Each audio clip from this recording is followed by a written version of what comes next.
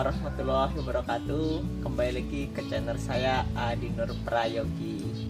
Pada kesempatan kali ini kita cuci mata dulu ya teman-teman.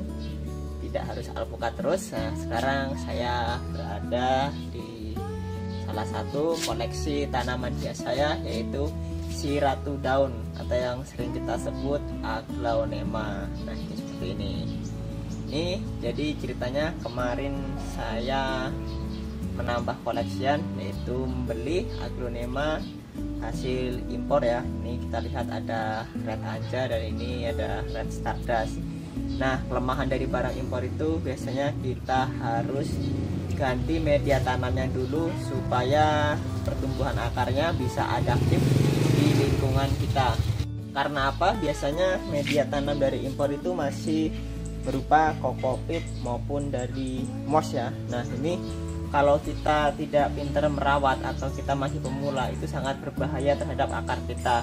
Terlebih lagi apabila tempat yang kita gunakan yaitu full hujan dan full tidak ternaungi oleh plastik UV atau sebagainya, itu sangat berbahaya sekali. Nah, pada kesempatan kali ini saya akan coba membahas tentang media tanam Aglaonema yang baik dan benar supaya bisa subur-subur, warnanya bisa jadi, pertumbuhan akar baik, dan yang tentunya bisa cepat besar dan cepat bertunas, anaknya makin banyak. Nah, pada kesempatan ini lihat terus video kali ini, saya akan bahas tutorialnya dari 0 sampai akhir ya.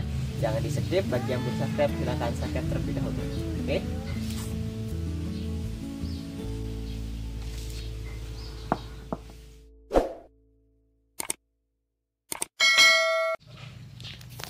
Oke teman-teman, ini media yang saya gunakan yaitu sangat simple ya, yaitu ya, karena kunci dari media yang baik itu terutama untuk tanaman Aglaonema itu yaitu yang pertama harus porositas terlebih dahulu. Nah, apa itu porositas? Yaitu celah-celah atau rongga-rongga terhadap media tanam itu harus baik agar sirkulasi udara, sirkulasi air itu baik, sehingga apabila kita siram nanti media yang kita buat itu tidak menampung air terlalu lama. Nah, ini tanaman yang akan kita ganti medianya yang barusan saya beli kemarin ya. Nih. Jadi media yang saya gunakan yaitu simple, yaitu ada sekam bakar, kemudian ada sekam murni yang sudah mulai agak busuk ya, karena kalau baru itu biasanya masih panas.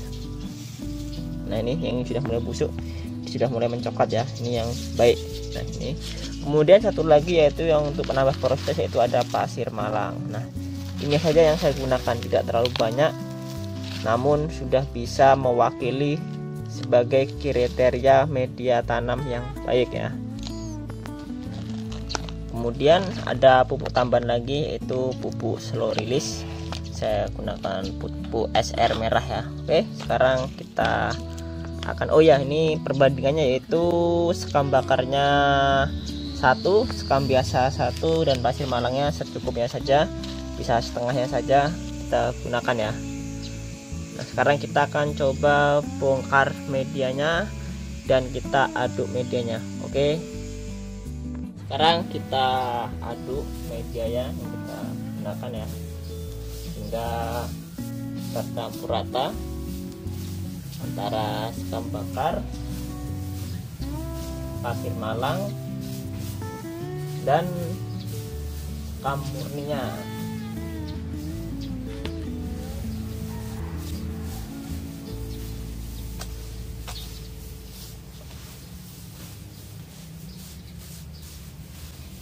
Sekarang kita tambahkan pasir malangnya secukupnya saja.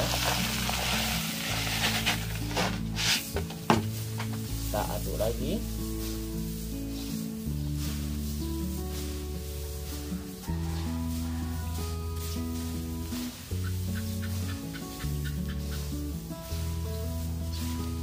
Oke. Nah, setelah itu kita akan coba cek bongkar ya medianya. Kenapa saya bilang biasanya media tanam dari hasil harus kita bongkar? Kita akan coba cek. Nah, ini dia. Kalau kita lihat medianya itu terlalu lembab sekali ya, karena dia ada mossnya, ada kokopitnya yang menyebabkan media tanam itu terlalu lembab. Nah nih bisa lihat mossnya, nih moss seperti ini. Jadi moss ini yaitu media tanam dari awal tanam atau aklimatisasi dari hasil kultur jaringan ya, seperti ini, seperti lumut. Nah ini namanya moss. Ini sangat basah sekali ketika kita siram akar itu, yang takutnya ini akan menyebabkan busuknya akar karena penyakit bakteri ya. Nah, mossnya kita buang semua ya, jangan kita sisakan. Makanya kalau kita membeli tanaman itu harus kita cek dulu media tanamnya supaya tidak cepat busuk. Jangan lupa kita buang semua mossnya agar tidak tersisa lagi. Oke, itu akar-akar yang busuk bisa kita buang langsung. Nah, seperti ini. Oke, setelah itu kita tanam ya ke media yang baru. Sebelum menanam kita cek terlebih dahulu ya potnya apakah sudah dilubangi atau belum. Apabila belum dilubangi, kita lubangi lagi, dan jangan lupa kita tambah lubang potnya seperti ini. Supaya apa? Supaya air itu tidak terlalu tersimpan di dalam pot terlalu banyak. Oke. Nah, sekarang kita coba tanam ini ke media yang baru. Nah, pertama kita isi secukupnya terlebih dahulu medianya.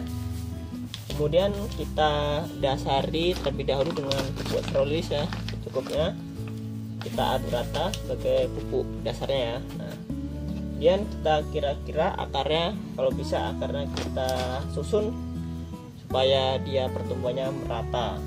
Ini kita isi lagi setengahnya lagi ini, kemudian setelah setengahnya lagi kita padatkan samping-samping saja yang di samping pot, dan kita tambahkan lagi pupuk slow release nya sebagai pupuk atasnya. Jadi ada pupuk dasarnya, ada pupuk atasnya ya, seperti ini.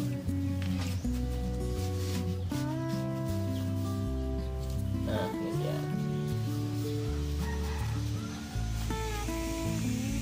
Untuk yang bagian di dekat batang kalau bisa jangan ditekan ya, atau jangan dipadatkan supaya nanti batangnya tidak luka, karena ini kita ada pasir malangnya. Kalau kita tekan biasanya akan mengenai batang. Kalau batang itu luka mudah terinfeksi oleh penyakit ya teman-teman. Oke, seperti ini penggunaan medianya. Nah ini kalau pengen cantik bisa kita topping dengan menggunakan pasir malang ya, supaya lebih nampil lebih cakep. Nah nanti saya akan coba perlihatkan bagaimana hasil penggunaan media tanam yang saya gunakan yang ada di rak samping itu. Nah oke, bagaimana hasilnya, saksikan terus video ini. Ini kita lihat ya teman-teman, hasil dari penggunaan komposisi media yang saya gunakan. Ini kita bisa lihat hasilnya. Ini semuanya kita rawat dari kecil-kecil, dari mulai bebian segini-gini ya. Sekarang sudah seperti ini, dan yang bagusnya yaitu warnanya bisa mayoritas keluar ya, tidak pucat namun cerah-cerah tanpa filter kamera maupun video. Kita lihat dengan berbagai jenis, mulai dari yang biasa, susok, kemudian red anja, dan nah ini bahkan yang paling sulit dibudidayakan yaitu rotundum Aceh. Padahal di sini di Lampung cuacanya yaitu sangat panas sekali, dan ternyata rotundum Aceh mau survive dan bertahan hidup atau bisa tumbuh malahan dengan pertumbuhan yang lumayan bagus. Padahal kebanyakan ini merupakan salah satu jenis yang paling susah sekali dibudidayakan. yaitu spesies dari Aceh, Rotundum Aceh. Kita lihat yang kesana lagi. Nah ini kita lihat. Nah ini ada yang sudah mulai beranak ya. Ini kita lihat. Nah nih, jadi penggunaan media yang bagus itu akan mempercepat pertumbuhan tunas anakan. Nih, jadi media yang bagus itu yaitu media yang poros. Maka dari itu saya gunakan pasir malang nih agar porositas itu makin tinggi, dan sekam bakar yaitu tujuannya agar tidak cepat lapuk, sehingga nanti ketika sekam-sekam itu tidak lapuk maka porositas tetap terjaga, dan arang sekam ini sebagai biochar atau sumber karbon.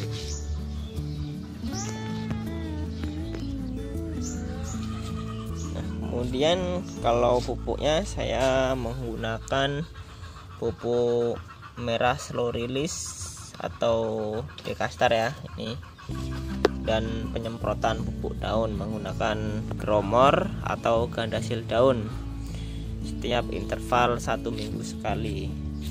Nah, ini dia. Nah kemudian kalau untuk ukuran pot, usahakan jangan terlalu besar ya, kita sesuaikan saja dengan ukuran tanaman yang kita miliki. Ini sebenarnya ukuran segini sudah termasuk terlalu besar sedikit ya, namun ini kenapa saya gunakan pot yang agak besar, karena akarnya banyak sekali. Kalau kita letakkan di pot yang kecil terlalu maksa pertumbuhan akarnya seperti ini. Kita lihat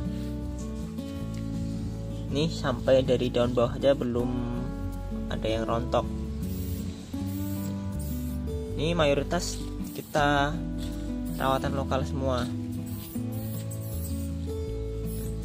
Oke, mungkin sekian dulu ya video yang kita buat kali ini tentang bagaimana pembuatan atau pemanfaatan dari media tanaman hias Aglaonema. Bagi yang belum jelas bisa ditanyakan lewat kolom komentar di bawah ini. Saya akhiri sampai di sini. Wassalamualaikum warahmatullahi wabarakatuh.